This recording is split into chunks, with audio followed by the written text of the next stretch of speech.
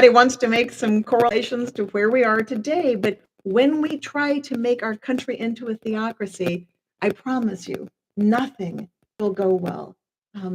Jesus did not take kindly to it.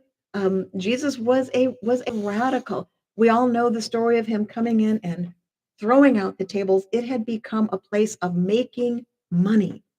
And if you, to get a burnt offering, you had, if you brought your burnt offering and it wasn't correct, you might not have anything but one little horrible skinny lamb.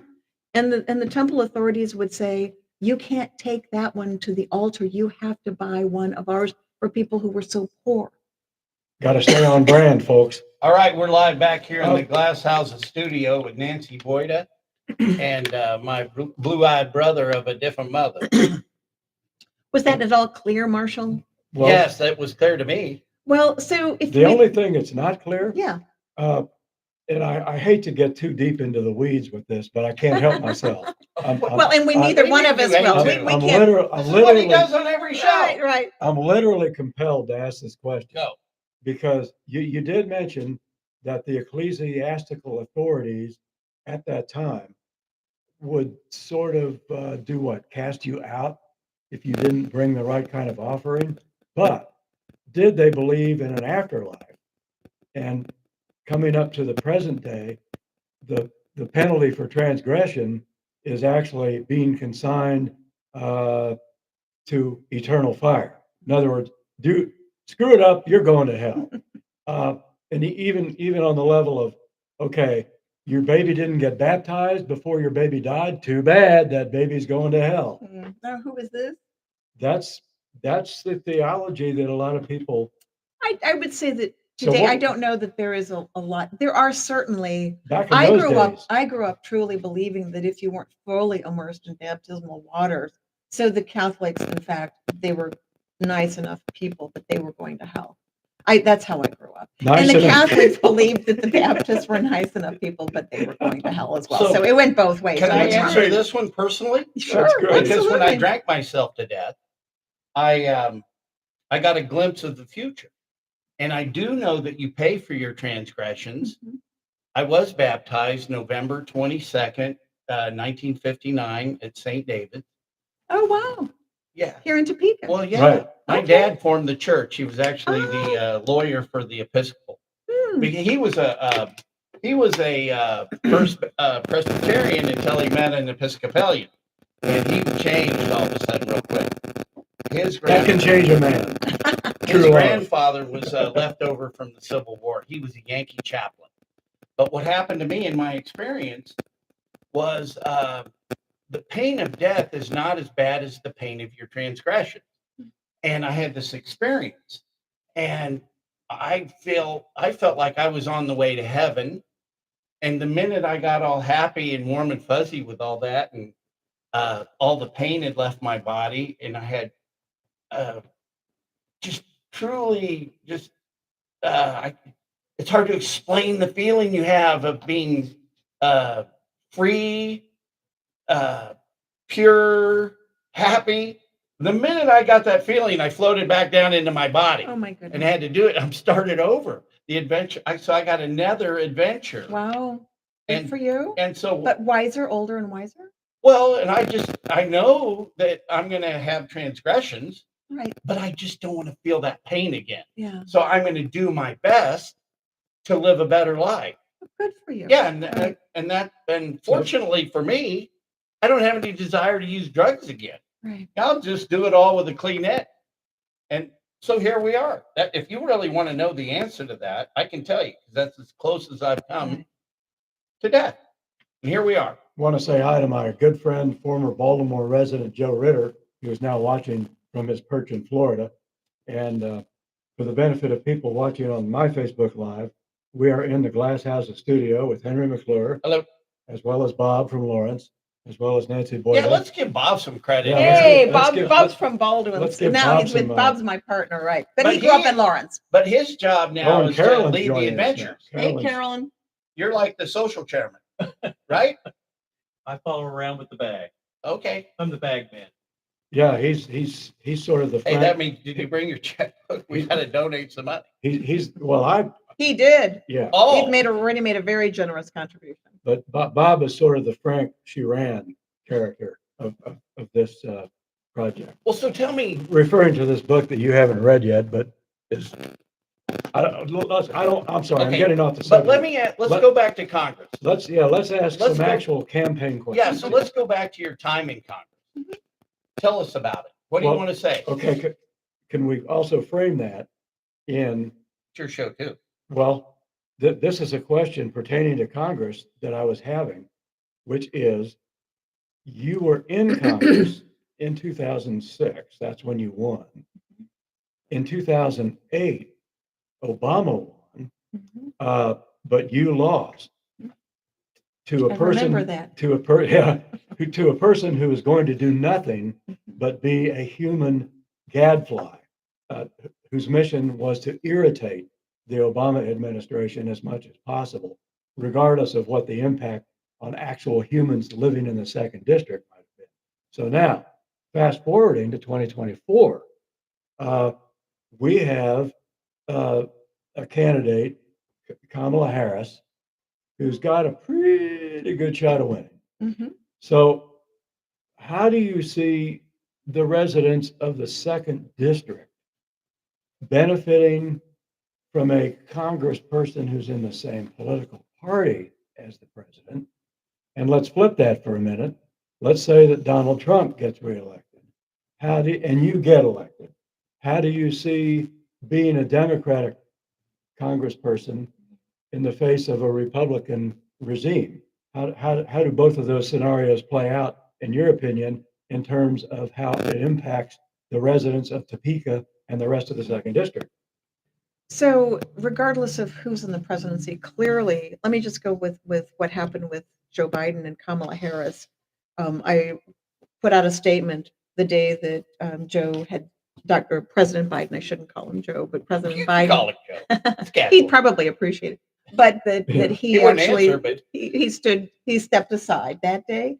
And I said, this is not a joy. It's a bittersweet day, okay? Because we're watching the passage of this man who's done so much for our country, right? He's a good man. Was it time? Yes. And now we just need to get going as fast as we can and move on. And I think everyone was just tense for all of these weeks going, what's going to happen? And then you just feel everyone's shoulders come down and relax as people just came around and united around Kamala Harris and said she's going to be our candidate. We're happy about it. There was not, if you notice, there was not a lot of drama. Okay, can we all take, there was not a lot of, the whole thing didn't devolve into chaos. There wasn't a lot of name calling. We didn't say that, never Harris. There wasn't all of this Never Harris. division. Right. Nobody said, oh my God, this is going to be, Well, and right. Everyone basically, what, well, don't you Most think people- she should be talking or listening to Benjamin today? to what? Netanyahu? Well, oh, wow. You know, What- he's going know, to but address just a Congress second. today. okay, but speaking of Never Harris and No, I Congress, don't, there let me a- hasn't let me been ask all of you a that question. drama. Let's say you get to Congress Mhm. with your belief in meeting people where they Mhm. are. They're sidestepping that. How do you Netanyahu? I'll talk about it. the Thank congressperson you. from Tennessee, can't remember his name, but he was all over TV the last couple of days, Right. who called Vice President Harris Right. a DEI, DEI right. hire, Right. a subtly racist comment. Oh, Not so I subtle. wouldn't say it was subtle. But so how do you meet that guy where he is? Or do you even want to meet him where he is? Well, that's a good question. Uh, And I understand. And so once again, I want people to know who I am. And if they want somebody to go in and fight and tell the guy he's a POS, then you know what? You can hire somebody probably to do that. Henry If could you're do that. hiring me, I will like sit down. Tennessee. Right. I will sit with him if there's a chance and listen to him and see why he did that, why he came Of from course. it. And once the thing is, you have an option where if you close somebody off, you're done. You are done. And you are done with the extremes. You're done. There's not anything. if you sit down, you open a possibility for somebody to say, I would never say I understand why you said that. I would never say I understand, but I would open up some kind of a discussion on some place that we would have something in common. And just like the so many of the conversations that I've had, once you meet somebody where they are, it's funny how they will try to find some common ground. And this woman again at breakfast this morning, So you go first, in other words. exactly. Okay. Thank you, Barbara, Marshall. Thank you. Let's Right. call him Barber from I now can on. I can go first. It doesn't kill me to be the one to step in and say, I will not did what he say, was it subtly racist? No, it was absolutely racist. But I will still meet him. So let's go back to Jesus. Jesus says, get the log out of your own eye. So Jesus really says, don't judge somebody. Now, do I judge this man for using that kind of a comment? I'm only human on some level, but I do what I can to push that aside. And I will open up a conversation. So I got asked a question someplace. Somebody wanted to know out in public, would I shake hands with, who was it? Viktor Orban or some kind of authoritarian dictator. Would I shake hands? With the Hungary guy? It wasn't Viktor Orban. It was somebody, some horrible authoritarian, butthead. Kim Jong-un? I don't put something like that. It was somebody, and You bow. it was obviously meant to put me into the corner to say, okay, now what are you going to do? And I said, would I meet with him? Would I shake his hand publicly? Would I shake his hand publicly and get a photograph of it? Hell no. Of course I wouldn't. Given an opportunity, would I go behind closed doors and say, what makes you tick? Where can we meet? Is there anything? And my guess is with who you're talking about, the chances would be pretty slim. Behind closed doors, would I still attempt it? Of course I would. Fundamentally, that is who I am. Find their humanity. So let's Well, talk. thank you very much. And some the person that this I can't remember who it was, but I I don't question people's humanity very often, but there are some that I question their humanity, and it would have been one of those. I'm not sure I could have.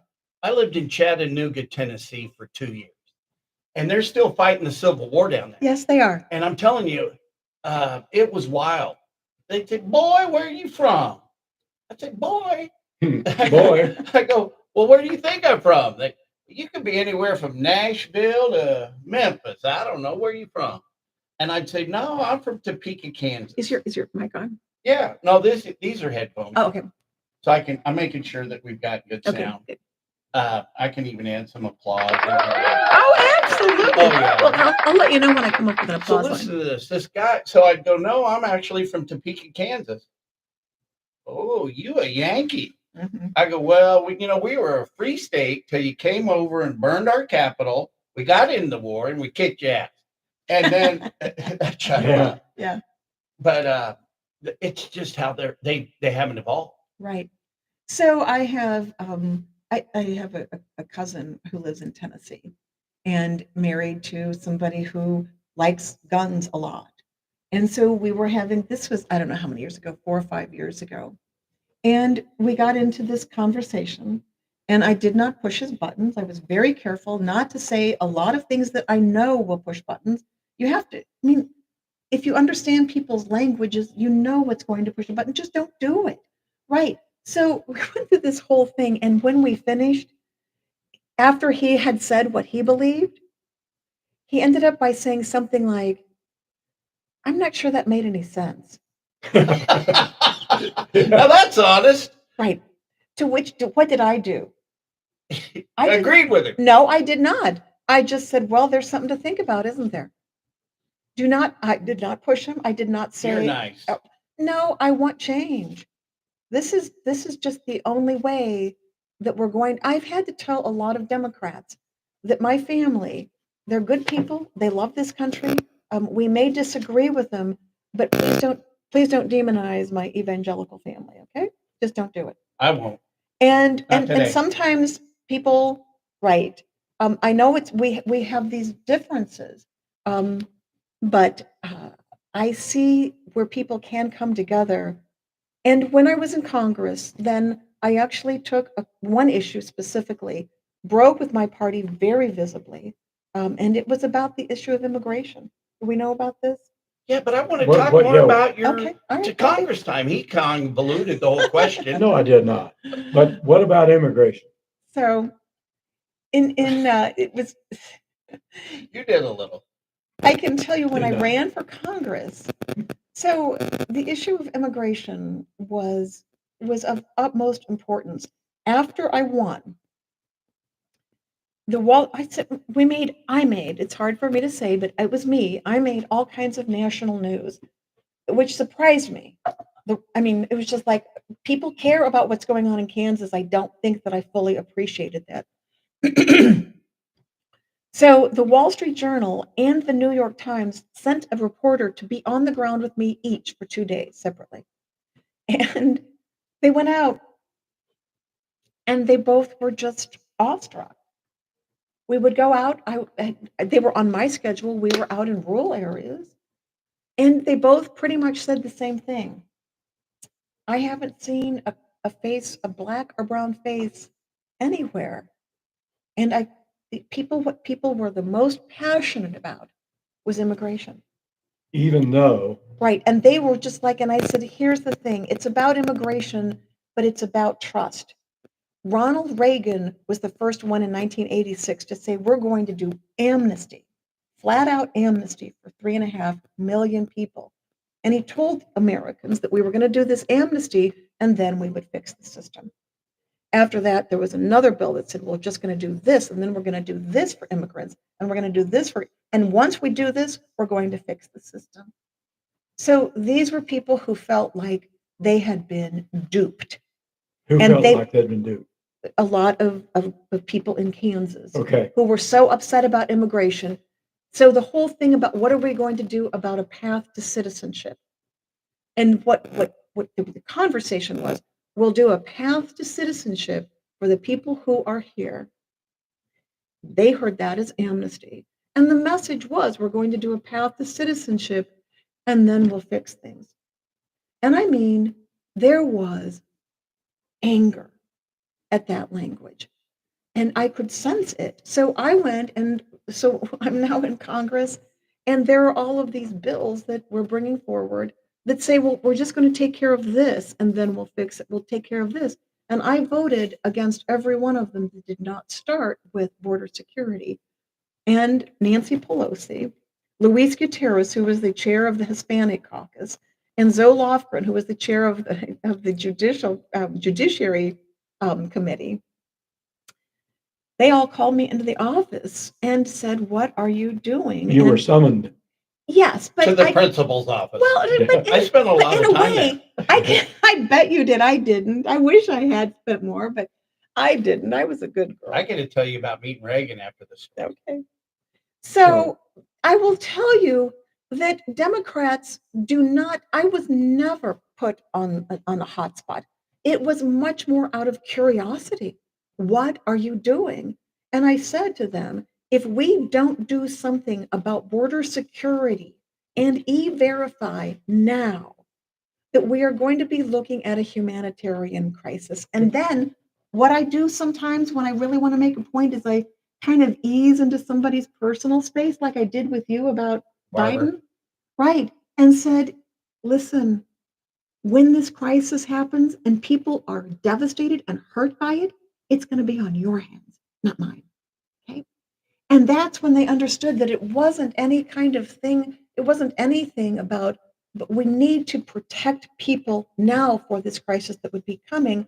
So as I said last night to this group in Baser, I'm not happy to stand up here 17 years later and say I was right. It feels good on some level to say I was right all along. But the fact Just say is, I told you so. I don't. The fact is, we have a humanitarian crisis. So what the left doesn't really hear about is there is this red-headed girl, 12-year-old girl, Jocelyn Nungaray, who was horribly murdered, just tragically murdered by illegal immigrants. And the right is talking about that. And on the other side are these hundreds of people coming across the border, pregnant women, children, families who are dying in the desert. And it's interesting, but we both mourn different people.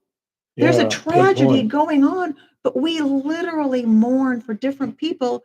And one of the things that I think questions I could ask is, would it just be too painful? Could we mourn for people on both sides of this tragedy and start to come together? We cannot wait any longer. Well, so real quick before I forget, Netanyahu. Well, can I say one more thing too? Yes, it's your Right. show. In, You own it thanks, now. thanks. You know, some 17 years ago when I was doing this, I did not fully appreciate that 17 years later in this race, that immigration would be one of the major issues, and that I would happen to walk into It just something never went away. that would actually be a message that is going to be heard. This is what I say: solutions are in the center. And I'm not just saying that should happen. I'm telling you that that's who I am. It's who I was, and it's who I am today. So Netanyahu. So I can't believe that the vice president is addressing a sorority today. She's not going to be sitting in her seat as Netanyahu addresses. This is all the press release. She could be there in a minute, if I watch it. But why wouldn't you be there? Because half of winning is showing up. And if you've got to hear the Israel side, I want to be in that room listening to that guy talk today. Is he addressing a joint session? Yes, of There Congress. is Ain't going to so- meet with Big Joe. not showing up. To be honest, I did not see that in the news. So why she didn't show up? No, or she's reportedly not going to. Well, let's see what wanna be happens. wrong. Let's see what happens. Yeah. I would, right. I Well, would, not to a sorority. I mean, come Well- on. I don't know what the details are, so I won't speak to that. But I go into one of my strong suits is I will go into a situation that is enormously uncomfortable and just go, this is where I belong. And I will sit here and I will keep an open mind. I will say that plenty of protests are happening in Israel and in here as well too, to say Netanyahu has taken is a very extreme position on things. So I believe that he's not that all well loved in Israel as well. Well, you had hundreds of thousands of young Israelis in the streets earlier protesting. Right. Now, So my question this politically, is something where I don't know what the calculus that went through her mind is. I don't know. So it would be foolish for me to comment on it. It would be easy for me to say I would have shown up. But I know that she is a woman of courage and conviction as well. But I would say that when it comes to Israel, what I have said again, solutions, if let's pull back to our country, we are about to literally split apart. We are about to go into civil war. You can hear the Republicans already setting it up and saying it's going to be the Democrats' fault. We're going to have a peaceful transition if the left allows it. Wow. So we are headed into something, what's happening in the Middle East has been going on for thousands of years, in this iteration, really since World War II. But we are also at a danger of coming into a civil war that will affect our country if we don't pull together. But with Israel policy now, you have extremes on both sides. Hamas and Netanyahu are saying that we will not allow the existence of of the other. And for how many decades there has been Centuries. no, but for how many decades there has been a two-state solution. And quite honestly, the Arab states can put a crap load of pressure on on Hamas, on the rest of the Palestinians, and on the West Bank. They can come together with all of the pressure that it needs to say, come to the table, damn it. You're about to blow up the entire world and nobody's interested. The Western world can come into Israel and say, you have to come to the table too. And your lack of willingness to come to the table, just like theirs, is putting the world into jeopardy. And I believe that what are we going to just keep on arming people? Both sides? No. But a true leader today would be in that room having that conversation off camera if you're going to be the next leader of the free world, you've got to be in that room today. I don't know where she is. I will look. I will find There's that a- out. I it don't is- know where she is. I'm not going to comment on what she is. And it wasn't a left. I was watching. I get a lot of news from Newsmax because I got sick of Fox. Well, Newsmax would be pretty right. So, Bob, can you look up and see what's going on with Kamala Harris? Just see- Okay, so I want to talk about a breach in Secret Service. So Ronald Reagan was running for president of the United States. He was then governor. I need to take a little break, but I'll be All right, here. You want me to hold your camera? No, that's good. I'm going to finish it and then I'll come back and start it. Okay. Lomax. So, It's hey, the this part, Flomax factor. this part That's of the right. show is brought to you by Brought to you by Flomax. But Flomax. anyway, so I'm in Corpus Christi, Texas, family vacation.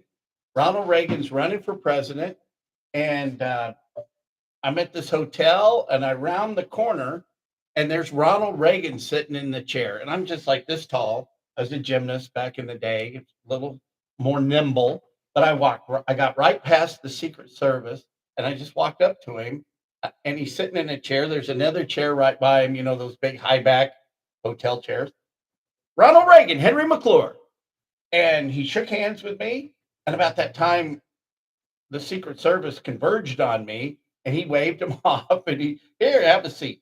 So I sat down and I'm talking with Ronald Reagan. Wow. And about that time, my mom came around the corner. I go, Mom, meet Ronald Reagan. And she got past the Secret Service. And then we had a moment with Ronald Reagan. Nice. Yeah, it Well, was and fun. that affected your entire life. Well, I met Gerald Ford here. Wow. Yeah, he was in Topeka right after he pardoned our boy, Richard. And then, but that boy had some big hands. Really? Oh, yeah, he was a tackle. He was a football player. He was really a big man. But so those were interesting things. Mm-hmm. I used to page in the Senate. I've kind of always had the bug for politics because sometimes you got to stand up for what's right. Mm-hmm. And maybe some people, one of my favorite friends, if you're a Jayhawk, you might know Dana K. Anderson. Well, you will. So anyway, because Dana would like part of some of your views, even though he's a very staunch Republican. Mm-hmm. Dana K. will say Henry McClure will ask anybody anything. And the other day, if you run into Sebelius, Nancy, Kathleen, sorry, I sang happy birthday to her the other day. She's a nice lady. She is. Well, so thank you for coming on the show today. Let's talk about something else. What's on your mind today? What would you like to tell the voters? What's most important for you? Why should we vote for you today? Well, you gave me a Okay. lot of good reasons Uh-huh. today. Number one, with your border. But real quickly before, why do you think Jake LaTurner didn't want to run again? Oh my. Why? So right, Is Tim it- Carpenter with the Reflector. He did a podcast, and you can see it. He's going to do one with Matt, my opponent, and the first thing he said is, "Why do you want to go back to Congress?" And it just came out of my mouth. I said, I didn't say I wanted to go back. Anybody who says that they want to be in Congress needs their head examined. So I feel this responsibility. I feel appreciate that. Yeah, no, it is not anything. We live on a little farm. We've got goats. We've got Do you have chickens. those little goats? No, we've got some of them, or we've got babies, but no, we don't do little pygmies. These are actually meat goats, as I like to say. We name the girls. I eat goat cheese. Yeah, well, there you have it. We don't It's good milk for them. you. It is. So I have this very perfect life. We do a lot of volunteering that is deeply meaningful to me. I'm on the ground, face to face with people who are homeless, and meeting them where they are, helping them to get services to help them get their lives back together. I'm on the ground with families who are doing everything they can to stay out of homelessness with another organization. I volunteer with a couple. I'm on a couple of boards. I have a rich life, but I'm doing this. Why did Jake LaTurner? The question was, why did Jake LaTurner? Why did Lynn Jenkins? Lynn Jenkins, from what I hear right now, Carolyn is a good friend of hers. is so burned out. She really doesn't want to have any public persona. It burned her out so badly. Congress is so broken right now. And I feel like Kansas, like we were talking about with the issue of slavery, Kansas changed our entire country. When I win, I'm when I win, it will make national news again. And it will be because I have said to everybody, I want you to know, so I'll look in the camera. When you vote for me, you're making a statement that you are done with all that craziness in DC. You're done with it. And that you will do the hard work of rebuilding trust. Don't ask me to do it. I can't go and change everything. The change has to come on the ground from Kansans. And I believe when I get elected, and that has been my main theme, if I stay on message, that's what it's about, then people are going to look at it. The rest of the country is ready too. Hopefully, I'm not the only one running on this message. And people are ready to change the country and actually change themselves. And I think Kansans can take the leadership to bring this country back into some sanity, get out of the extremes and bring some sanity back. As you say, when you're elected, When? we're not sending a rookie. You No. know your way around. Yes, I do. And I think there's some benefit in that, in that It's also arena, at that level. it very much experience does matter. It also matters that in the meantime, I've also had some other very interesting. 3 years ago, I had never met a homeless person. And the issue of homelessness is huge. And what do we do about homelessness? It's a huge problem. And what I say to people is, listen, who talk to me about homeless, and I go, listen, I know you just want them to go away. I know that you want them to go away. What we do about homelessness in this country is extremely complicated. It's not easy. I'm not filling out any of those questionnaires. I'm not filling out any of them and telling people what I'm going to do. Why would I tell you what I'm going to do, how I'm going to vote before I've even gotten there and been part of the Yeah, conversation? you haven't read the Right. bill. So there's one on homelessness, and I want to fill it out and say yes. And I'm like, don't even fill out that one. Whose The questionnaire is that? questions, it's the Homeless Coalition. So with guns, with the farmers, with the corn I growers, didn't wear my gun today. right, I'm telling you, there are dozens of these questionnaires, and Oh, they that all these basically, interest groups have. right, that all Yeah, of these interest okay. groups, these interest groups are wonderful people, and their questionnaires are just trying to get you to figure out what usually money is associated, not with all of them. But the fact is, they want to put you into a corner now before you ever get there. So why can't we get anything done? Because this side has filled out this questionnaire, this side has filled out this questionnaire, and Derek Schmidt will proudly tell you that he has an A+ rating with the NRA. Well, what on Is he a earth? good shot? Is he? I hope. So the fact is 75% of Kansans want the common sense gun laws that we're trying to pass, that we're trying to get this, Well- finally get this bipartisanship around, and Derek still is against it. Have you ever heard the old So saying these about interest groups are part of the issue. And How many votes do you think the NRA controls? a lot. I think it's been what Derek is going to find out. He got into politics 30 years ago. The man just got his first non-government paycheck, a year ago? Year and a half ago? Something like that? So does he have his GED yet? Derek's a smart guy. He's a smart guy. He's very articulate. He's got this hey, look smooth, how long he Right. went without a job. Well, he's right. But I'm saying when it comes to, we were talking about homelessness. How So does the private sector? let me just, with homelessness on this, I believe that the conversations about what we're going to do about homelessness are at the peak right now, where we are not divided into these entrenched camps, that there's an openness, something has to be done about it. But I will be at the table, and now 3 years later, I'm on the board of this organization. I have helped to shape it in some ways. I have changed it in some ways. We can go into that, but I don't believe the answer to homelessness is just giving everybody. That doesn't work. No. So there needs to be some responsibility and expectation, but it is an enormously complicated. And what I will bring to the table is this: please understand that it's complicated. And then I will say to the good people of Kansas, the only real way we're going to see any real change, Henry Marshall, look at me, is to get more people who are involved. That proximity matters. So this organization that I work with, we bring resources to it. What's the But name of the organization? It's called the Homeless Resource Center. Okay, there you go. Right. Is that Lawrence? It is. And so, but the fact is, what I bring to Do you it, need to take a break? I just let me say this. Okay. I know people's names. So there isn't a government program. And if you are supporting these not-for-profits with a $10,000 check, I want to tell you thank you so much.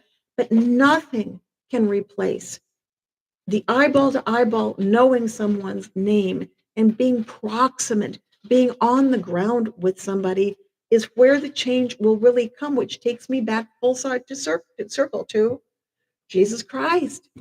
And if you really are a person of faith, for crying out loud, why aren't your boots on the ground walking with people? You don't need to judge them. And quite honestly, you don't need to fix them. You don't need to save them. So I have had some interactions where I know I have entered into people's lives and changed them. Not because I'm going in and trying to change them. I am just present. And it's my very presence. And I am saying to people of faith or community groups, if you're not a person of faith, um, why are we talking about government policy so much? We need you to sit down and learn people's names. And when I work with the homeless, I can tell you what happened about maybe it took a year and a half. They started calling me by name. And I call them by name, when they call me by name, we're no longer in this place where I'm trying to save them or do what. We now have a A relationship. dialogue. Right. We Right. are in a dialogue that is meaningful. These are beloved children of God who have every one of them has a different story.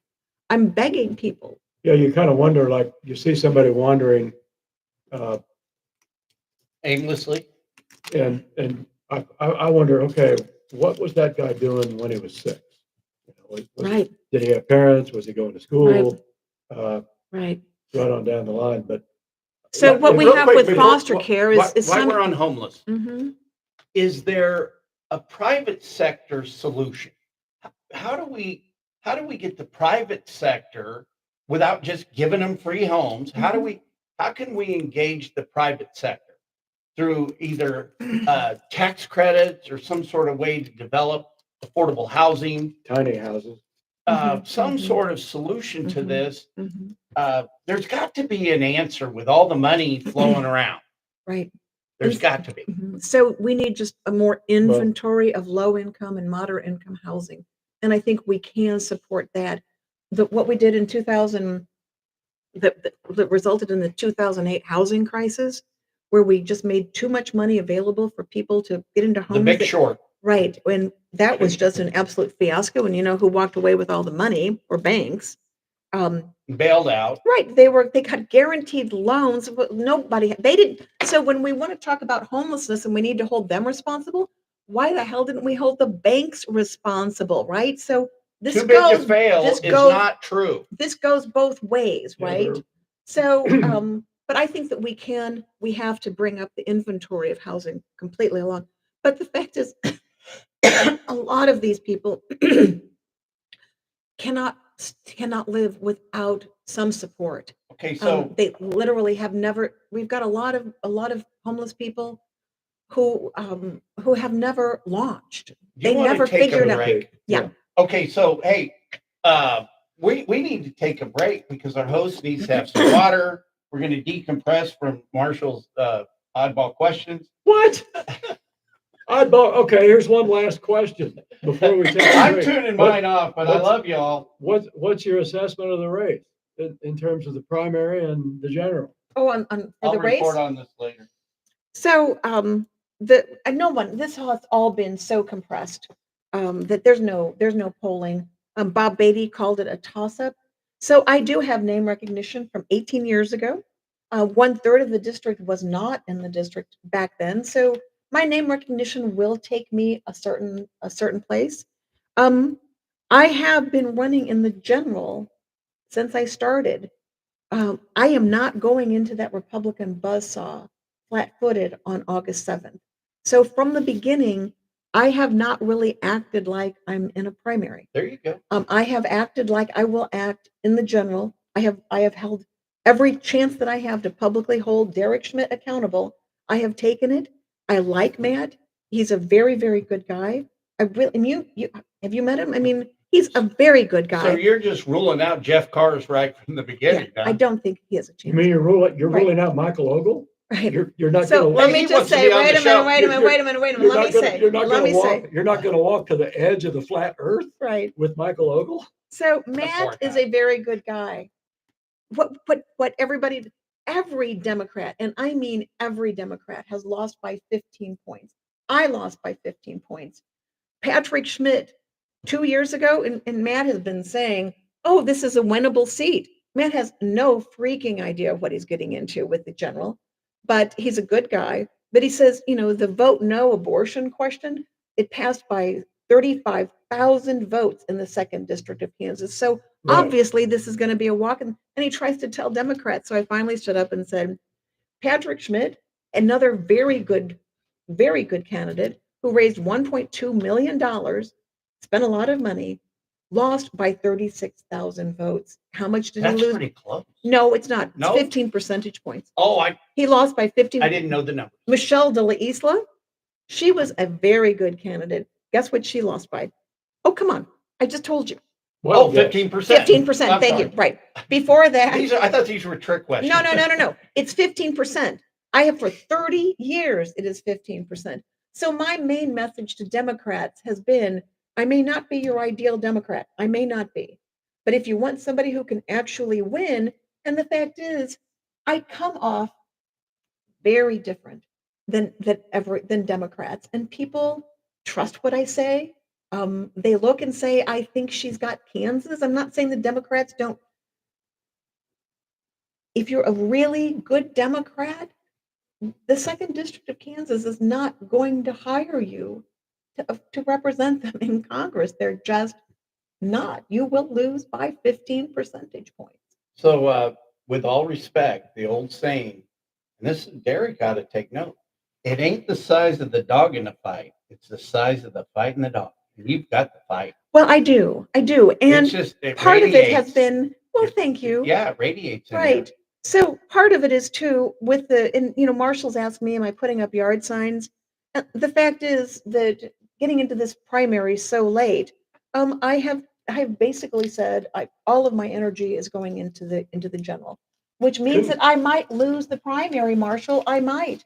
Couldn't you just get like your stickers and staple them onto Vic Miller yard signs? I see Vic signs. I everywhere. know. So why don't we give her a break? If we Okay. want to come back live, So if you let's take a break. if you are tired of losing, if you actually want to win this time, I'm Nancy Boyda, and I am asking for your vote. I'm the only one in 30 years. And by the way, there's a reason for that. On that note, and if nobody's told you they love you today, I love you. and so do I. I loved you first. All right, let's just take a break. I want to, if I don't know if this is anything quality that you could, use, but I'm telling you something. You have a mess as a Republican sitting here, right? As an American. Yeah. I know. Because that's what we got to be. We got to start really being Americans. When I take the test, I'm a libertarian. So Derek, how do you not like the guy? This big guy, he's got this presence. When he holds his hand out like that, I'm a body language guy, being a salesman. Hey, I'm being open to you. He's giving you an open hand. Like Jeff. How do I shake hands? Hmm? But he holds it like this? No, he just open. Okay. Uh-huh. It's not like that. But you know what I mean? No, But so anybody that here's- goes like here's- this, if they this is hand the their hand handshake. like that to you, they're being closed. Really? Like, yeah, they're more What? powerful than you. I did not know that. Oh, yeah. Well, so I sold life insurance when I was 18. Oh my God. When I was 18 years old, I sold life insurance. And these are some of the tricks of the trade. Huh. If you're talking to somebody, they start going like that. They're not buying what you're saying. Just change the tune. And yeah, and if they're rubbing their chin, close the deal because you got them right here. If they're going like that. Interesting. And so Remember that next time you're talking to Nancy Pelosi. Hey, Nancy. wow, you make it hard for me to be a hardline Republican. Well, I'm glad. No, Now this the is message is- beautiful. So there's 734,000 people in the district, and the question is, how do you get the message out? And What I can know tell what? you, so Your I would God like to- thing, the God issue, it works on the right, the Republicans. We are. And Look, and if you're- Derek is going to try to come in and pull this. I'm standing tall here, little lady. You know, I mean, he's just the kind of, he pulls a little bit of John Wayne. I'm here, and let's just You all. know, John Wayne was an alcoholic. Mm-mm. You know, I got to drive his boat, the Wild Goose, How did you meet all these people? because I've been Oh, everywhere. He I was- see. Henry was a big time real estate guy in SoCal with a big company called Mace Rich. Yeah, we became the is- third largest mall owner from owning White Lakes. They're the biggest. Mace Rich is like, I worked for a Jew that hired a Swedish boy from Topeka that made the whole thing work. are they still Mace publicly listed? married a Catholic, so he didn't take his his Jewish, but Mace was an empath, so he could just read energy. Hmm. And I talk emotionally. Plus they owned racehorses, right? He did own racehorses. He died with $3.5 billion. And he said, I would have had real money in life if I would have never got into horse racing. And this guy was amazing. Wow. And I loved Mace. So I used to go to the horse track. with Mace. $16.22 a share, right? Yeah, it opened. We got as high as 90. And then the one of the Coppola boys from Iowa kicked Mace off the board. And then he got kicked off the board. He was a terrible alcoholic. Not that there's a good alcoholic. Mace was? No, Art Coppola. Oh, okay. No, Mace I was gonna said, say. he'd always say, I don't hate myself that much to drink like that, you know. Oh, He was right cool. there. Yeah. And he got me a chauffeur for a year because I was a deal maker because I lost my license for a year in Colorado Oh my. with a DUI. I got out of one at KU for doing a backflip. He was on the KU Spirit Squad I was. Oh my God. Yeah, I was back a in the yelly. day. I could walk on my hands from one end of Allen Fieldhouse to the other, and that brought the Wow. crowd down. I bet. So I am. And I was in church. I'm the. Yeah. My adventures, they just don't stop. So like, I mean, I became friends with Mel Brooks. I knew Willie Shoemaker, Mickey Rooney, because all these guys would gravitate to Mace at the track. Speaking of Shoemaker, he pretty much destroyed himself in a drunk driving accident. He was How did he paralyzed. see over the wheel? He was paralyzed from the No, I mean, he was the littlest, but he was like perfectly formed. You know what I mean? He wasn't like a Oh, yeah. midget. You know, he was just like this little he human, was just a small human a little human. Well, who could win races with horses. But I do believe that he had a drunk driving accident, I will which vote is what for you. caused him to be paralyzed from the neck. Thank you. And he was a trainer after that, a very I- successful trainer. I appreciate just getting the word out. So the main thing, and I will go back on because yeah, we can. Just- authenticity actually sells. And a lot of, I think what works is that this is fundamentally who I am. Where did Jeff Cars come up with $300,000 to loan himself? I don't know. Because you've been in that life. How does someone who's been in politics amass that kind of money to loan themselves 350 grand? Jeff? Well, he is 62 years old. And if he put together, I mean, he's been a government employee. So we probably I don't know. Forever. If he might have that he could have pulled it out of a 401k. And let I me don't ask know. you about Jim Slattery. Did he become sort of big lobbyist? Mhm. And what did he do afterwards? To be an international businessman. Yeah. Jim lobbies on behalf of Ukraine. To get them money. I'm not sure. On behalf of Ukraine. Oh, I'm not really sure. He works, he's an attorney. I don't know that he's a lobbyist, but Jim, I like Jim. I respect him. he is a mover and shaker. I'm not necessarily a mover and shaker. Is he gonna help you? I haven't even talked to him. I know he's helping Patrick. Mm-hmm. Boy, that was really an impressive get together that I went to. Mm-hmm. Carlin's there. Mm-hmm. And what I think the Republicans suck at helping people get elected. I can't even get Bill Rapon to this county commissioner to support Brett Blackburn. Oh, really? No, I did not know and that. I'm pissed. And I'm sick of. I throw the F-bomb. I am sick of the way Topeka's run, and I'm going to change it. I'm sick of the way Topeka's run. I've been here for so long, and I left for 18 years, so I know the adventure. Mm-hmm. Winter Park, Florida, Boulder, Colorado, Chattanooga, Tennessee, back to Boulder, Greeley, Long Beach. When I lived in Long Beach, I'm flying back and forth to Reno, Nevada, first class. I'm living a lifestyle. I live basically in a casino. Oh my God. Yeah, at the Peppermill. We owned a mall right across the street. As opposed to Casino Jack, you could be Casino Mac. Man, I'm telling That you. movie about. Then I moved up to Ventura, or really Casita Springs, and then Ventura. And then when I lived in Ventura, I traveled nationwide for the company. What? Well, sorry to interrupt. I really am sorry. But No, I mentioned the movie Casino Jack, which is about Jack Abramoff. Mm-hmm. While you were in Congress, did you ever meet him? Or had he you remember who I'm talking about? I knew Bob Stupak. Right. Did he He got actually, in trouble before you? that was right before. He actually helped get me elected. What?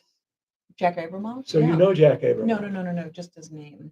And Jim Ryan, it wasn't with Abramoff, but Jim Ryan got himself, the whole thing with the house was tangentially associated with Jack Abramoff. Yeah. Was You've got to tangent- watch that movie. Mm-hmm. So that was part of how. I'll donate another $100 if you promise if you'll watch that movie. I will watch that movie. As soon as I get my Best movie ever. Whataburger closing, I'll donate some money. But Topeka, why? That's so funny. It's a $45,000 commission. That's a political version of the I'll pay you Tuesday for Right. a cheeseburger today. No, I think she believes me. I do. I absolutely do. I gave I her a believe vote. I believe. You know what's more important than the money is the vote. Well, and so I know. No, this I is like silly. you because you said you're going to win, Well, I am. and I'm running for county commission, and I'm going to win. But I got to pull independents, Mm-hmm. and I got to pull Democrats to my Absolutely. team. Absolutely. And Joan Wagnon, I want her to come out and publicly endorse me, but she's going to let me put a sign in her yard. Oh, And I good. love Joan. Yeah, she's. She I put mean, me on the Metropolitan Planning Commission. practical woman. But this is the beginning of people working together, Mm-hmm. meeting in the middle. Well, let's do it. I'm going to do Seriously. it.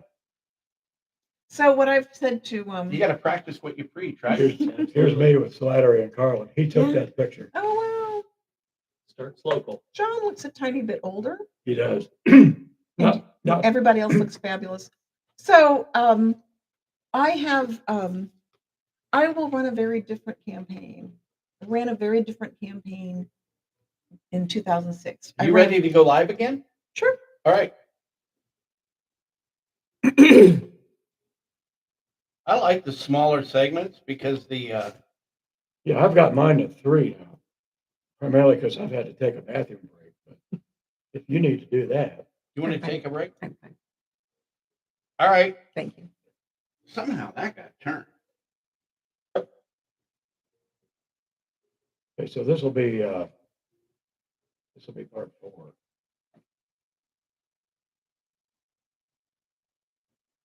All right, Henry McClure live. We're back here in the Ryan, Glass you can Houses see. studio. Oh, I got to go live with that one. There we go.